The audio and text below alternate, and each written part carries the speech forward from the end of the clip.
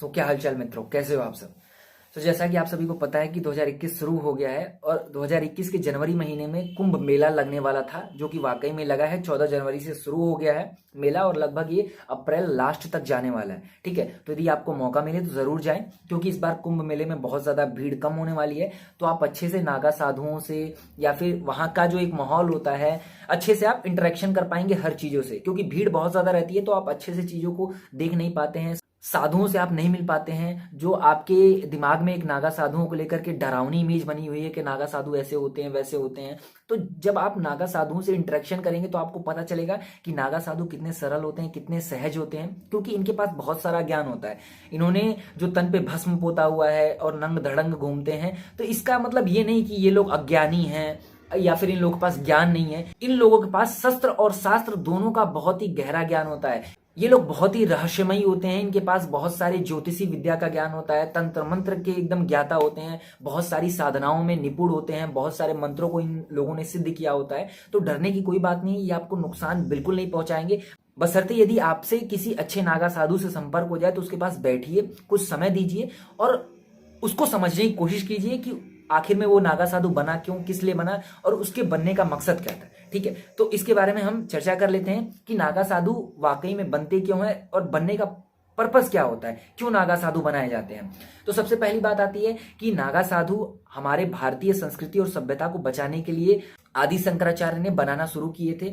कई सारे मठों का निर्माण किया गया, जिसे आज हम लोग अखाड़ों के नाम से जानते हैं। तकरीबन 13 अखाड़े हैं, जिसमें से 7 अखाड़ों में नागा साधु बनाने की दीक्षा दी जाती है, जिसमें से जो जूना अखाड़ा है उसमें सबसे ज्यादा नागा साधु बनाए जाते हैं। तो आदि शंकराचार्य जो हमारे प्रभु थे, उन्होंने हमारे भारत की संस्कृति और सभ्यता को बचाने के लिए, हमारे यहाँ के रीति रिवाज और कर्मकांडों को बचाने के लिए, सनातन धर्म की सुरक्षा के लिए उन्होंने नागा साधुओं को तैयार किया, बनाया, कई सारे मठों का निर्माण कराया। वहां पर नागा साधुओं को, युवा नागा साधुओं को शास्त्रों और शस्त्रों दोनों का जो है अध्ययन कराया गया, ताकि बल और बुद्धि पूर्वक से हमारे भारतीय संस्कृति को जो नुकसान पहुंचाने वाले जो लोग हैं उन पर आक्रमण किया जा सके, उन्हें यहाँ से भगाया जा सके, ताकि हमारी संस्कृति और जो सभ्यता है वो सुरक्षित रह सके। और इसी वजह से नागा साधुओं को बनाया गया और बनाने की प्रक्रिया आज तक चलती आ रही है। लाखों की संख्या में लोग नागा साधु बनते हैं और जो नागा साधु बनने की जो एक परीक्षा होती है ये बहुत ही ज्यादा टफ होती है।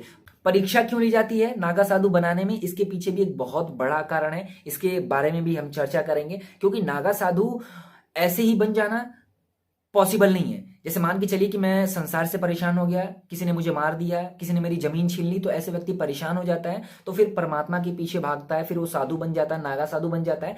तो नागा साधु बनने की जो दीक्षा होती है वो गुरु के माध्यम से ऐसे ही नहीं दी जाती। आपने अपने गुरु से जाकर के कहा कि मुझे नागा साधु बनना है, वो तुरंत नागा साधु बना नहीं देता, काफी लंबा समय लगता है। 5 से 7 वर्षों का एक लंबा समय लगता है।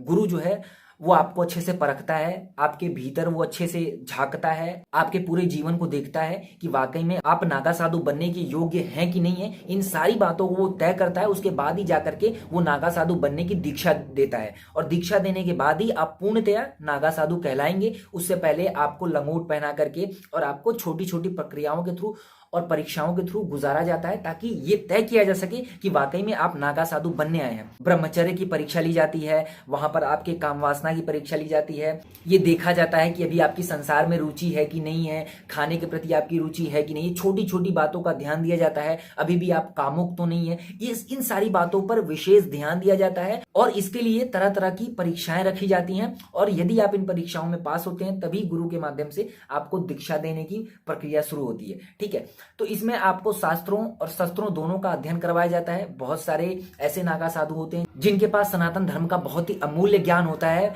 वो शास्त्रों के बहुत ज्यादा ज्ञाता होते हैं, मंत्रों के विद्वान होते हैं, उनके पास बहुत सारे टोटके और बहुत सारे रहस्यमयी गुप्त मंत्र होते हैं जो वो किसी को बताते नहीं है, क्योंकि वो इन चीजों का उपयोग सनातन धर्म की क्योंकि वो इसका उपयोग सनातन धर्म को बचाने में, देश का कल्याण करने में, विश्व का कल्याण करने में ये इन चीजों का उपयोग करते हैं। और नागा साधु रहते कहाँ हैं? ये जंगलों में रहते हैं, गुप्त स्थानों पर रहते हैं, जहां पर ये अपनी साधनाओं को करते हैं, मंत्र सिद्धि करते हैं और वहां से ये जो है अपने सनातन धर्म को बचा करके रखते हैं। वहां पर रह करके वो साधना वगैरह करते हैं, ध्यान करते हैं, बहुत सारे गुप्त मंत्रों पर जप करते हैं, उन्हें सिद्ध करते हैं और वहां पर रह करके पूरे विश्व का कल्याण करते हैं। ठीक है, साथ ही नागा साधुओं की जो दिनचर्या होती है वो भी बहुत अजीब होती है।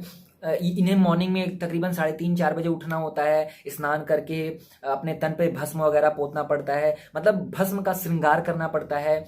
और वो जो भस्म होती है वो जली हुई जो ताजी चिता होती है ना, जो एक मृत व्यक्ति की जो राख होती है उससे वो पूरे अपने शरीर का श्रृंगार करते हैं। फिर उसके बाद बहुत सारी प्रक्रियाएं, बहुत सारी साधनाएं करते हैं। साथ ही इनका जीवन भी बहुत अलग तरीके का होता है। ये कुछ भी खा लेते हैं, कुछ भी पी लेते हैं, नंग धड़ंग रहते हैं।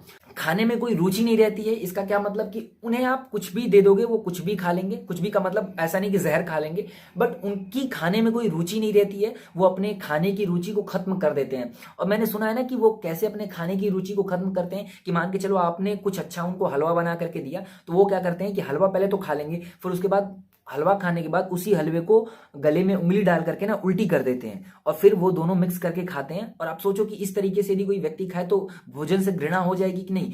साथ ही अंत में एक और प्रश्न आता है कि कई लोग कहते हैं कि हमने सुना है कि नागा साधुओं का लिंग भंग किया जाता है। तो ये बिल्कुल सही बात है। जब गुरु को पता चल जाता है कि हमारा शिष्य बिल्कुल काम वासना से मुक्त हो चुका है, तो उसका लिंग मंत्रों के माध्यम से भंग कर दिया जाता है। कुछ किया जाता है, कुछ प्रक्रिया रहती है जिसके माध्यम से अब ना तो उनमें कोई काम वासना बचती है।